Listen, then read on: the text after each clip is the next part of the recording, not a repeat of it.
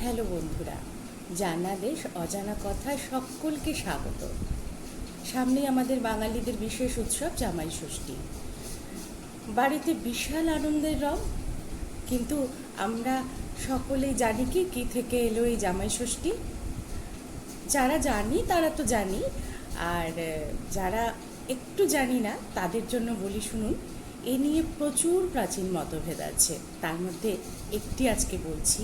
প্রাচীনকালে পিতামাতা কন্যার বিবাহ দেওয়ার পরে কন্যা যতদিন না পুত্র সন্তানের মুখ দেখতে পেত ততদিন পিতামাতা তার গৃহে যেতে পারতেন না।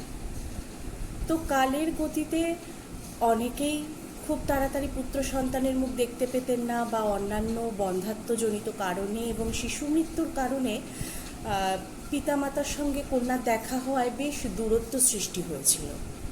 তো তখন এই নিয়ে একটা তীব্র গোলযোগের সৃষ্টিতে তখনকার যারা সমাজের মাথা ছিলেন তারা এই বিধান দেন যে জ্যৈষ্ঠ মাসের শুক্লপক্ষের এই ষষ্ঠী তিথিতে কন্যা বা তার পিতা অর্থাৎ তার পিতামাতা কন্যার সঙ্গে দেখা করতে পারবে। কিভাবে দেখা করতে পারবে না, পিতামাতাকে কন্যা এবং জামাতাকে গৃহে আমন্ত্রণ জানাতে হবে। আমন্ত্রণ জানিয়ে গৃহে মা ষষ্ঠীর পুজো করতে হবে, যাতে কন্যা খুব তাড়াতাড়ি পুত্র সন্তানের মুখ দেখতে পায়।